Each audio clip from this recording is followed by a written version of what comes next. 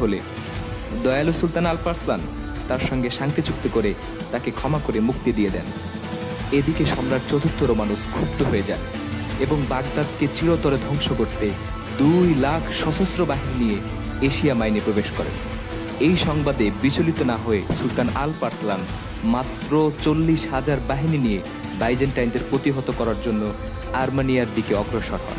অবশেষে 1071 খ্রিস্টাব্দে মালাজগির্দের যুদ্ধে স্বল্প সংখ্যক বাহিনী নিয়ে বিরাট বাইজেন্টাইন বাহিনীকে পরাজিত করেন এবং সম্রাটকে বন্দী করেন। সুলতান আলপার্সলান শাসনকালে আনাতোলিয়া থেকে টার্কিস পর্যন্ত পারস্যের একক সুলতান হিসেবে আত্মপ্রকাশ করেন।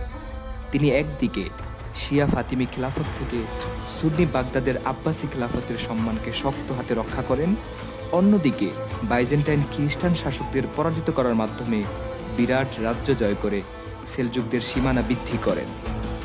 সুলতান আলপার্সলান সেলজুক সাম্রাজ্যকে শিরপ্রতিষ্ঠিত করে রাজ্য সম্প্রসারণের একটি উজ্জ্বল দৃষ্টান্ত স্থাপন করেছেন। সুলতান মোহাম্মদ আলপার্সলান ছিলেন একজন উদার, মহানুভব, জ্ঞানী, ন্যায়পরায়ণ ধার্মিক শাসক। তিনি মার্কস থেকে ইস্পাহানে সেলজুক সাম্রাজ্যের রাজধানী স্থানান্তরিত করেন।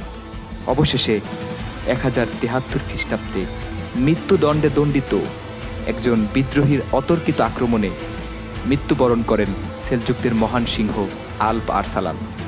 সুলতান আলপার্সলান একের পর এক রাজ্য জয় করে সেলজুক সাম্রাজ্যকে একটি বৃহৎ ও শক্তিশালী সাম্রাজ্যে পরিণত করতে বিরাট ভূমিকা পালন করেছেন।